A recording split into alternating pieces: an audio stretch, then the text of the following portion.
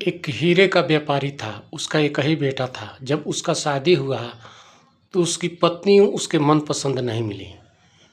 उस ज़माने में जब शादी होता था तो लड़का लड़की को देखता नहीं था। माँ-बाप ही देख के और शादी तय कर देते थे। आज के ज़माने के जैसे नहीं, जैसे आज के ज़माने में लड़का लड़की को देखता है शादी के पहले 4 बार मिलता है, ऐसा उस दौर में नहीं था। माँ-बाप ही देख के शादी कर देते थे। तो लड़का का शादी हो गया तो लड़का की बीवी उसके मनपसंद की नहीं मिली। जैसे वो लड़की तो बहुत ही हट्टी-कट्टी ठीक थी, लेकिन सुंदर उतना नहीं थी। इसलिए वो लड़का हमेशा परेशान रहता था और बात-बात में ताने मारता था उस लड़की को। कुछ दिन समय बीता तो लड़का अपने मम्मी-पापा को बोलने लगा कि पापा, मैं इस लड़की के साथ रहना नहीं चाहता हूँ, मैं दूसरा शादी करना चाहता हूँ। तो उसके माँ-बाप ने बहुत ही समझाया कि नहीं, जब एक बार शादी हो गया तो दोबारा शादी नहीं करते हैं। फिर लड़का नहीं माना, जिद पकड़ लिया और नाराज़ रहने लगा। फिर उसका जो पिताजी थे वो हीरे का व्यापारी थे, पैसा बहुत ही था। तो उसने बोला कि चलो ठीक है, अब लड़का नहीं मान रहा है, एक ही लड़का है तो चलो दूसरे शादी कर लेते हैं। फिर उसका वो पिताजी लड़की खोजने लगे तो अब जो ये बात उस लड़की को पता चली, उसकी जो पहली औरत थी, उसको पता चली तो उसको तो बहुत ही तकलीफ़ हुआ, लेकिन वो कर भी तो क्या सकती थी। उसके माँ-बाप के सामने उस लड़की का कुछ नहीं चला और उसका लड़के का पिताजी दूसरी शादी करने के लिए लड़की देखने लगा। तो 2-3 गाँव बाद में एक बहुत ही गरीब घर का कुम्हार रहता था। उसी घर एक ही लड़की थी, उसकी बहुत ही सुंदर थी। तो वो हीरे का व्यापारी गया उसके पास और बोला कि भाई, मैं आपकी बेटी से अपने लड़के की शादी करना चाहता हूँ। तो कुम्हार तो पहले हाँ बोला, लेकिन बाद में वो उसको पता चला, वो व्यापारी बताया कि मेरा लड़का पहले ही से शादीशुदा है। तो कुम्हार मना कर दिया, बोला कि नहीं, जब लड़के का पहले से शादी हो चुका है तो मेरी लड़की कुंवारी है, मैं शादी नहीं करूँगा। लेकिन वो कुम्हार भी थोड़ा लालची किस्म का आदमी था। तो फिर वो जो हीरे का व्यापारी सेठ था, उसने उस व्यक्ति को बोला, देखो भाई, तुम्हारे घर तो खाने पीने का भी ठीक से व्यवस्था नहीं हो पाता है शाम को।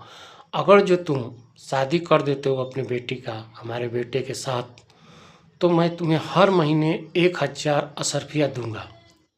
अब जब यह बात वो कुम्हार सुना तो वो लालच उसके मन में समा गया। बोला कि अब तो मेरे को जीवन भर काम ही नहीं करना पड़ेगा, 1000 असरफिया मिलूंगा और आराम से बैठ के खाऊंगा।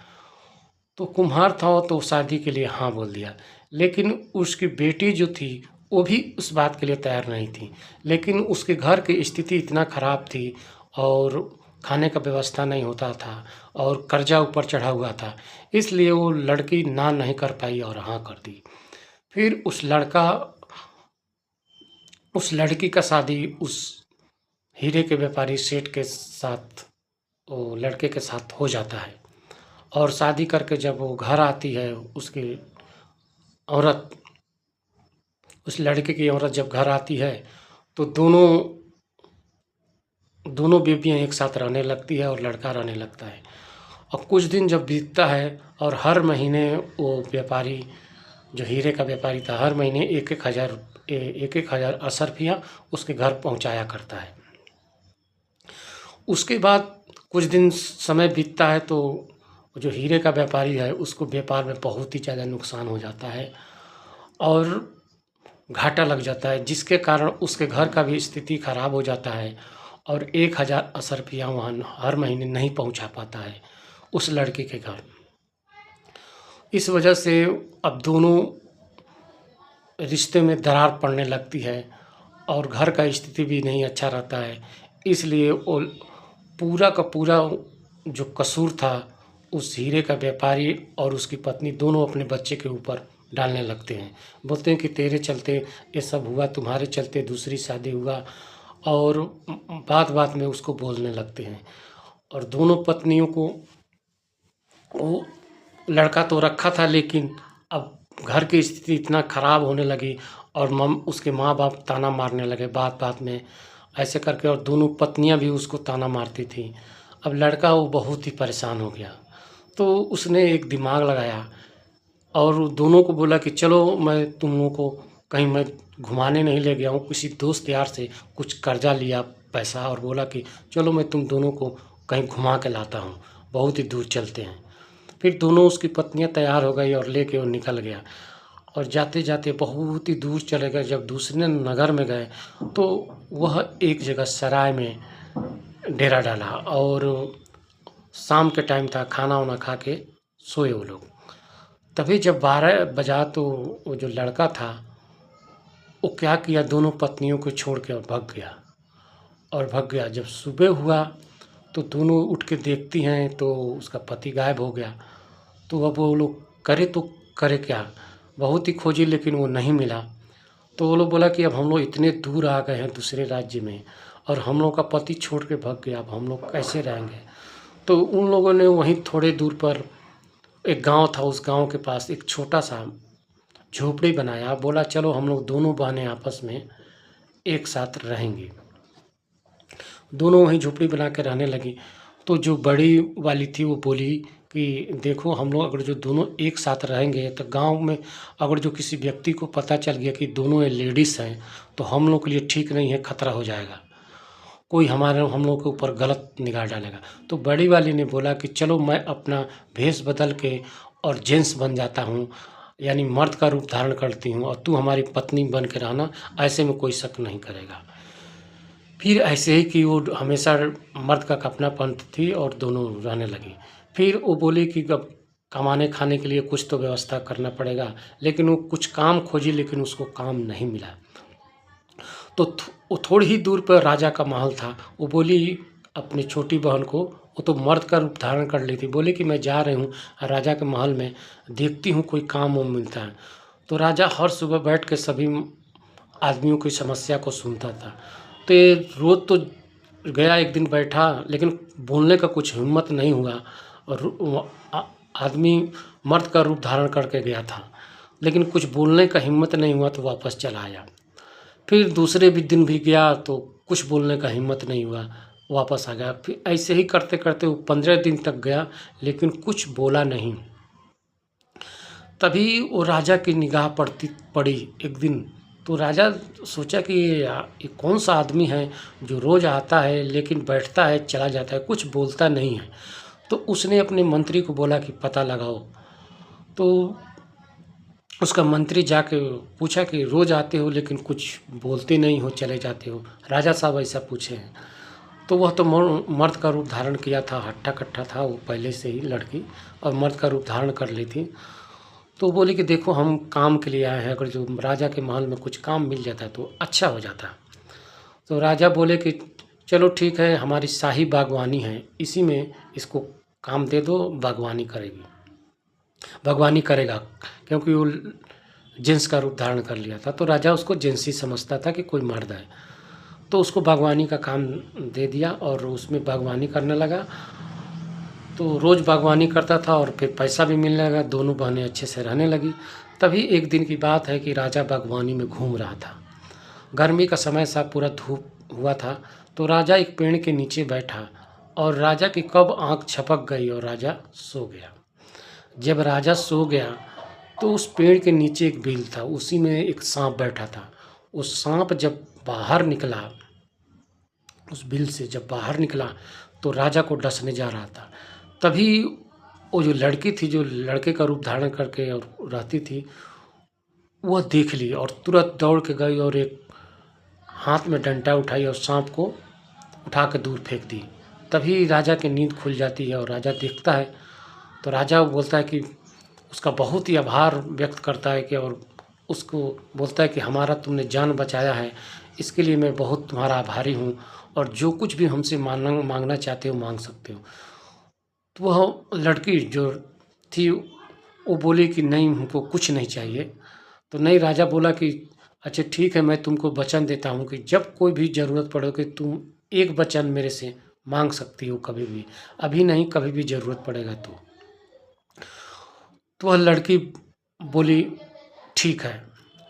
उसके बाद वो रोज़ रखवाली करती थी। एक दिन की बात है कि वो वो जो लड़की थी उसका छत के ऊपर में ड्यूटी लगा था, मतलब अपना पहरेदारी कर रही थी।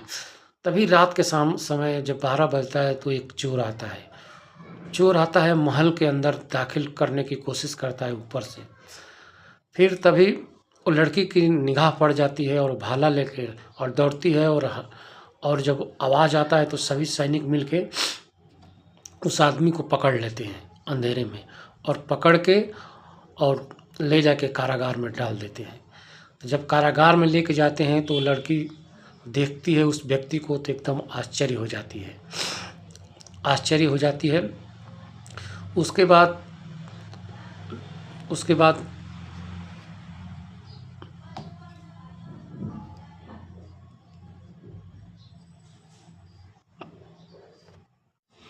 उसके बाद जब सुबह का टाइम होता है तो सभी जो सिपाही थे उस व्यक्ति को, चोर को ले जाके राजा के सामने हाजिर करते हैं।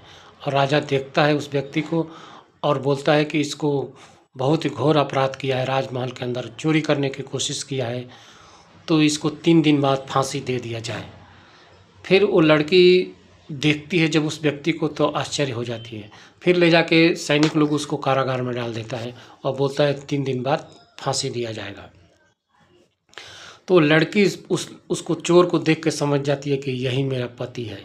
फिर वो जाती है और कारागार के अंदर सभी सिपाहियों लोगों को बोलती है कि आप लोग बाहर जाओ।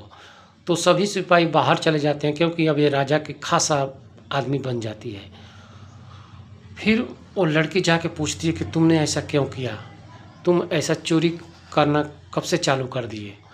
तो वह उसका पति बताया कि देखो, मैं तुम लोगों को जब छोड़ के घर चला गया तो तुम लोगों को छोड़ के जब अपने गांव गया तो हमारे माता पिता बहुत ही हमारे ऊपर दुखी हुए, और सब गांव वाले भी हमारे ऊपर दुखी होके और हम सब घर से निकाल दिया। सभी लोगों ने, गांव वाले, घर वाले सब मिल के हमको घर से निकाल दिया, और मैं चोरी करते करते चोरी करने लगा घूम घूम, और चोरी करते करते अभी बड़ा चोर बन गया था। अभी देखो 3 दिन बाद हमारी फांसी होगी और तुम हमको माफ़ कर देना। हाथ जोड़ के विनती करने लगा कि तुम हमको माफ़ कर देना, और अगर जो हमारी दूसरी पत्नी छोटी वाली भी मिलेगी तो उसको भी हमारे तरफ से माफ़ी मांग देना, क्योंकि अब 3 दिन बाद हमारी फांसी हो जाएगी। फिर वो लड़की समझ जाती है कि यह आदमी को अपने गलती का एहसास हो गया, यह आदमी सुधर गया है। तो बोलती है कि तुम्हारा फांसी नहीं होगा, मैं फांसी को रुकवा सकती हूँ। तो व्यक्ति बोला कि नहीं, अब रहने दो, जो हुआ सो हुआ। फिर वो लड़की नहीं मानती है और राजा के पास जाती है, और राजा के पास जाके और राजा से विनती करती है कि हे राजा, मैं आपसे कुछ मांगना चाहती हूँ। आपने एक वचन दिया था, जब सांप आपको डसने वाला था तो आपने हमको वचन दिया था। तो राजा उस लड़की के ऊपर बहुत ही खुश रहता था। तो बोला कि हाँ बोलो, क्या मांगना चाहती हो। तो वो लड़की बोली कि मैं इस मांगने के पहले मैं को आपको एक सच्चाई बताना चाहती हूँ। तो राजा बोला बताओ। तो लड़की अपना जो ऊपर में भेष बदल के रखी थी वो सब निकाल दी और बोली कि मैं एक लड़की हूँ, और जो चोर पकड़ाया है वह मेरा पति है, और पूरी कहानी को बताती है, पूरी कहानी को बताती है। उसके बाद वो राजा बोलता है कि हाँ, वचन मांगती है कि हमारा एक ही वचन है कि इस आदमी को रिहा कर दिया जाए, छोड़ दिया जाए।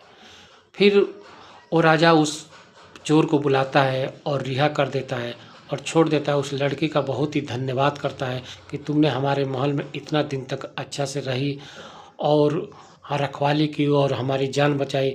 इसके खुशी में मैं तुमको 1000 हीरे की असरफिया देता हूँ, और तुम अपने पति को लेके और अपने गांव चले जाओ और वहीं पर रहना। फिर वो लड़की आती है अपने झोपड़ी में और अपनी छोटी बहन को भी लेके और अपने पति को लेके अपने गांव चले जाती है, और वहीं पर फिर दोनों रहने लगते हैं और कहानी समाप्त होती है। एक हीरे का व्यापारी था, उसका एक ही बेटा था।